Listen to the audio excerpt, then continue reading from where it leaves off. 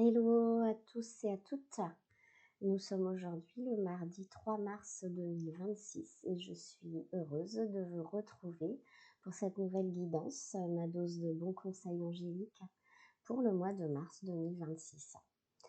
Alors, je ne sais pas si vous ressentez un peu des choses, mais moi je me sens beaucoup plus calme en ce mardi, en ce mois de mars. J'ai l'impression qu'il y a des choses qui sont en train de se poser. Oui, on a aussi cette sensation que le printemps est déjà là, alors qu'on n'est encore que début mars, hein.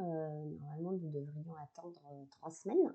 Mais voilà, les choses sont en train de se poser, en tout cas en ce qui me concerne et, et à l'intérieur. Et c'est justement le message pour ce mois de la part des guides. Donc comme d'habitude, je vais vous transmettre le message que j'ai reçu en canalisation et ensuite on va partir sur la transmission d'une autre guidance avec les cartes oracles et peut-être d'autres messages, on verra. Mars 2026 sera un mois beaucoup plus calme. Il vous est justement demandé de faire le calme en vous, d'incarner le calme face au tumulte extérieur. Vous êtes en capacité de faire le vide à l'intérieur afin d'y réinstaller la paix. Cette paix qui vous permettra de mieux traverser cette période. Nous sommes avec vous toujours et nous vous aimons, les guides.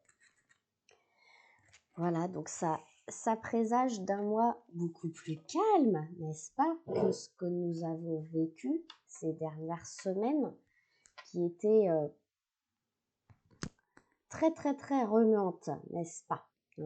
Donc là, ça bouge aussi, mais je dirais vraiment ça bouge dans le calme et ça s'installe, ça se pose. Voilà. En tout cas, ça se pose en nous qui sommes éveillés, qui sommes en train d'accueillir des énergies de plus en plus puissantes, comme le monde n'en a jamais connu.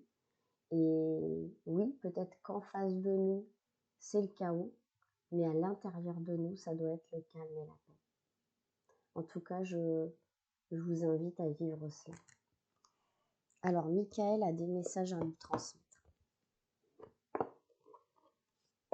Mais bien sûr. Bien sûr, même si c'est facile à dire et pas facile à vivre, en tout cas, voilà. Il y a encore des messages de la part de Michael. Alors, malgré tout ce que nous sommes en train de vivre, et extérieurement, là encore, et même dans nos vies, gardez surtout votre sens de l'humour. Voyez un peu l'ironie, si j'ose dire, de cette situation. C'est un peu fort ce que je viens de dire, mais voilà. Il faut garder notre positive attitude et notre humour et nos rires. Alors on va lire la prière à Michael. Merci de m'aider à voir le comique de cette situation, afin que je puisse rire de bon cœur de la nature humaine. Je veux regarder mon expérience sous une lumière nouvelle pour attirer l'amour et l'énergie curative. Quand je lis ça, moi, ce qui me vient en premier, c'est l'être humain n'a encore rien compris, quoi. On continue la guerre d'envoyer des bombes pour arrêter des bombes, pour envoyer des bombes pour arrêter des bombes et inversement. Et en fait, l'être humain n'a encore rien compris, quoi. On verse des milliards pour faire la guerre, alors que ces milliards pourraient probablement sauver la planète et sauver l'humanité. Voilà, c'est toute la contradiction de l'être humain et donc toute l'ironie de la situation. C'est pour ça que je reste sur ce mot ironie. Alors peut-être que oui, on nous dit, c'est vous qui avez créé cette situation et vous avez le pouvoir de la transformer. Alors c'est bien pour ça que les guides nous disent, faites le calme en vous. C'est en faisant la paix et le calme en vous, plus on va être nombreux à faire ça, plus la paix va pouvoir s'installer. Et peut-être qu'avant que la paix s'installe, il faut que le chaos soit là. Non, là encore, je vais parler de la Bible, mais l'Apocalypse est là pour faire table rase, quoi, et pour repartir sur de nouvelles énergies. Donc quelque part, ce chaos qui est en train de se vivre à l'extérieur est là pour que nous faisions table rase du passé et que nous repartions sur de nouvelles bases. Mais à l'intérieur de nous, il est déjà temps de mettre en place cette nouvelle base. C'est nous qui avons créé cette situation. C'est tout le karma ancestral, humain, collectif, qui est aussi en train de remonter. Voilà. Allez, on lit la prière à Michael. Merci de me laisser prendre appui sur votre force et de me rappeler mon pouvoir personnel. Aidez-moi, je vous en prie, à réaliser mes rêves et à m'améliorer selon la volonté divine, générant paix et bienfaits pour toutes les personnes concernées. Et si on a une confiance absolue, Dieu se charge de tout. Donc nous n'avons qu'une seule chose à faire le calme et la paix à l'intérieur. C'est tout ce que nous avons à faire sur ce mois-ci. Mon Dieu, aidez-moi à lâcher prise de cette situation, à vous la confier dans la foi en votre amour divin et votre sagesse infinie, afin que tout problème soit résolu et toute personne soulagée. Par contre, continuez de bien vous protéger, parce que quelque part, ça continue de secouer. Voilà. Alors, vous penserez à ceux qui vous sont chers pour les mettre aussi dans cette boucle de protection. Et vous penserez à les nommer à la fin de la prière. Archange Michael, je demande votre puissante protection pour moi-même, mes proches, mon véhicule et ma maison. Entourez-nous de votre lumière violette qui ne laisse pénétrer que l'amour pur. Je vous en prie, restez près de moi jour et nuit et assurez la sécurité de ceux qui me sont chers.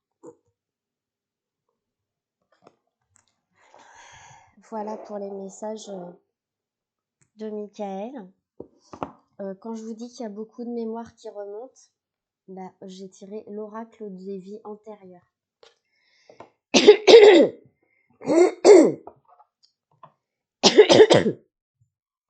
J'ai encore des petites choses dans ma gorge. On est beaucoup aussi comme ça. Ok, bon voilà. Je me doutais que j'allais tirer cette carte-là. On est exactement là-dedans. Alors, tatalatam. La première carte, c'est galactique. Alors, on va lire le livret. Vous allez en savoir plus. C'est peut-être la première fois que vous vivez sur cette planète. Si c'est le cas, vous vous y sentez probablement étranger, comme si vous n'aviez pas votre place ici. Les coutumes terrestres, que sont le mariage, la paternité ou la maternité, ne vous sont pas naturelles, si bien que vous ne les appliquez peut-être pas. De même, les terriens sont peut-être à vos yeux très violents physiquement, psychologiquement et émotionnellement. Votre nature extrêmement sensible est peut-être agressée par de telles énergies négatives. Vous voulez simplement vous entendre avec tout le monde et être aussi agréable que possible. Votre compassion aide à désamorcer les tensions du monde, faisant de tout l'univers un endroit plus pacifique. Vous trouvez peut-être les relations sur Terre déroutantes et vous vous sentez plus à l'aise avec la technologie ou la thérapie énergétique. Si vous rencontrez d'autres gens des étoiles, vous découvrirez des affinités que vous recherchez. suis encore un petit peu gênée. Les personnes des autres planètes ayant tendance à être timides et mal à l'aise en société, peut-être devriez-vous aller là où elles se rassemblent, sur les forums en ligne, les cours d'informatique, les conférences sur la science-fiction, des sorties de plongée sous-marine ou des cours de Reiki. Donc essayez de trouver des moments ou des temps ou des lieux où vous allez vous retrouver entre vous, entre êtres éveillés, entre êtres galactiques. Et cette carte nous dit bien aussi que les êtres galactiques que nous sommes ont besoin de sentir cette paix à l'intérieur pour aller mieux et ont besoin de sentir l'harmonie et de mettre de l'harmonie. Alors, il y a aussi la notion de santé. Santé. Que nous dit cette carte? Elle nous dit plusieurs choses. Votre rapport à la santé et à la façon de soigner est influencé par ce que vous avez vécu dans d'autres vies. Parce que vous souffrez peut-être physiquement en raison d'un problème que vous avez rencontré dans votre dernière vie. Il est possible que vous vous soyez réincarné tellement vite que vous n'avez pas eu le temps de traiter les problèmes sous-jacents. Votre santé physique vous a fait souffrir, mais elle vous a aussi apporté un niveau de compassion plus profond que celui que vous auriez pu atteindre dans un corps sain. Vous avez également développé un talent de guérisseur qui peut profiter aux autres. En fait, vous savez peut-être déjà que vous êtes un guérisseur. Vous avez acquis ce savoir-faire dans des vies antérieures quand vous guérissiez les autres. À cette époque-là, vos besoins terrestres étaient sans doute pris en charge par la communauté, si bien que vous avez peut-être du mal aujourd'hui à faire payer pour vos soins de guérisseur. Il est utile de comprendre que dans la société occidentale actuelle, tout le monde doit être rémunéré pour son travail, même ceux qui fournissent des services fondés sur la spiritualité. Voilà. Sachez-le, il y a des choses à développer en vous encore. Il y a l'Égypte ancienne aussi qui ressort. Très fort en ce moment. Très très fort en ce moment. Les mémoires égyptiennes. Cette carte évoque une vie antérieure significative en Égypte qui a un rapport avec votre situation présente et la question que vous vous posez. Quand un schéma négatif s'entête à refuser de guérir, ses racines plongent souvent dans une vie qui remonte au-delà de la mémoire consciente. Par bonheur, vous pouvez accéder à ce problème et le guérir. Comme en jardinage, vous pouvez éliminer les vestiges du passé en les déracinant. Si vous êtes attiré par la culture égyptienne ou un voyage là-bas, c'est que vous avez très vraisemblablement eu une expérience positive lors de votre vie antérieure dans ce pays. Étudier les systèmes de croyances de l'Égypte vous permettrait peut-être de puiser dans vos souvenirs enfouis. La spiritualité égyptienne faisait beaucoup appel à l'astronomie et à l'astrologie. L'observation des étoiles peut donc aussi vous permettre d'aller au fond de vos visions et de vos souvenirs. En revanche, si l'idée de voyager en Égypte vous effraie ou que vous avez des sentiments négatifs par rapport à sa culture ou sa spiritualité, vous souffrez peut-être de peurs profondément enracinées en vous remontant à votre vie là-bas. C'est assez courant. De nombreux traumatismes trouvent leur origine en Égypte ancienne. En travaillant avec un thérapeute qualifié dans les vies antérieures ou avec un enregistrement audio de méditation guidée, vous pouvez vous libérer et venir à bout de vieilles énergies toxiques. Donc pensez à cela. Et la dernière carte parle aussi de cela. Persécution et inquisition. Il y a en ce moment de nombreuses mémoires qui remontent, qui sont liées à ça. Donc on est encore en train de nettoyer des choses.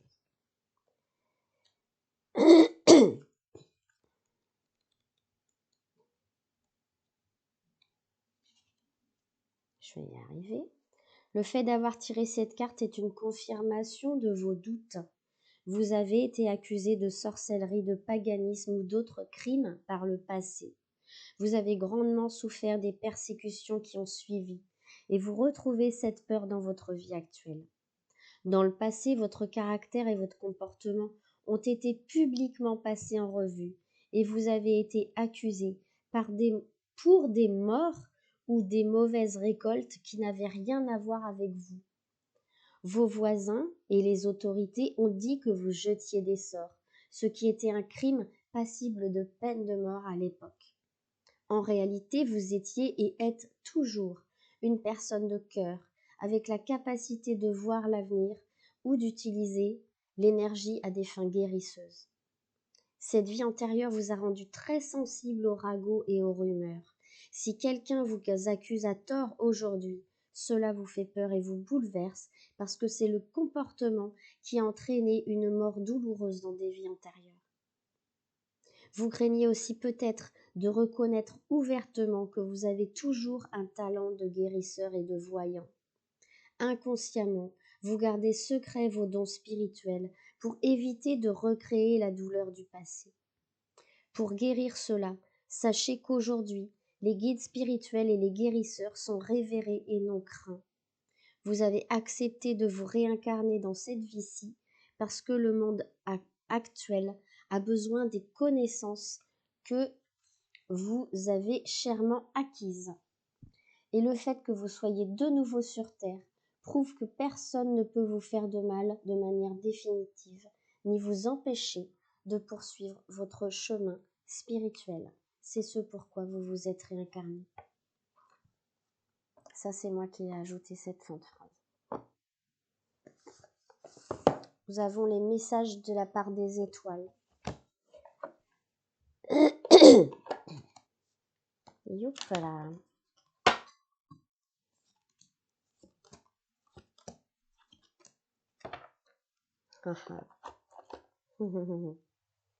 Alors, la première carte, ce sont les perspectives.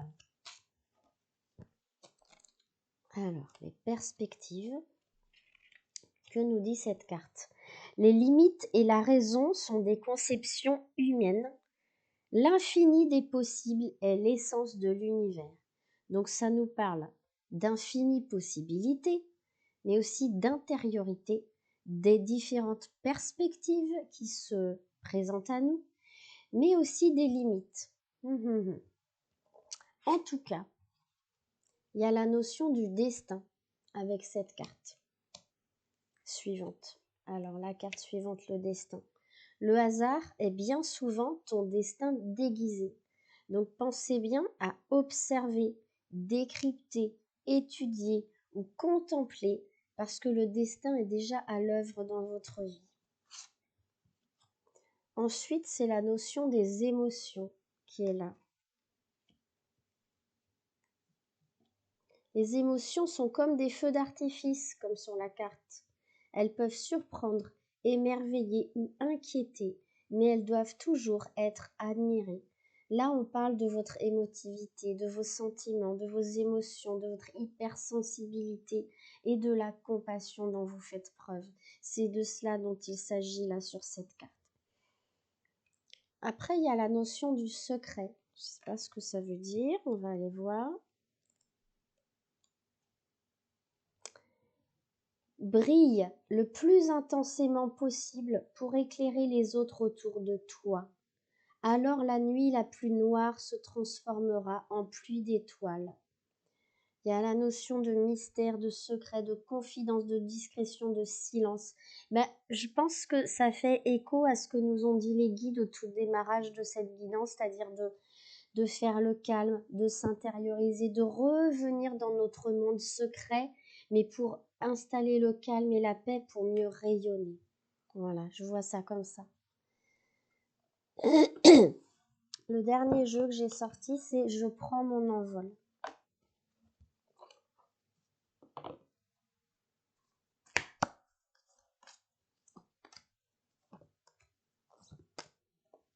Voilà, là encore, c'est assez clair. Hein. C'est assez clair ce qui nous est transmis. La carte 19, alimentez votre joie de vivre. Ça, c'est vraiment important. La joie côtoie l'épreuve, tout à fait. Elle l'accompagne et elle vous permet même de la transcender en vous offrant une forme de communion avec la vie. Permettez à la joie de jaillir en vous et de vous soutenir dans les moments les plus difficiles. Donc, on cultive la joie. Pratiquez le lâcher-prise et la fluidité, encore et toujours, et encore plus qu'avant, j'ai envie de dire. Acceptez que vous n'avez pas de prise sur la situation, ni même sur la vie, et que c'est très bien ainsi. Cette acceptation vous permettra de lâcher prise et de retrouver ainsi plus de calme et de sérénité. Encore. On nous parle encore du calme et de la sérénité. Ensuite, préparez votre élan, le voyage commence. Oui, je pense qu'il y a, je répète, il y a quelque chose qui est en train de s'installer dans nos vies et ce n'est que le début. Vous avez besoin de prendre de l'altitude, de connaître de nouveaux paysages et de découvrir de nouvelles facettes de vous-même.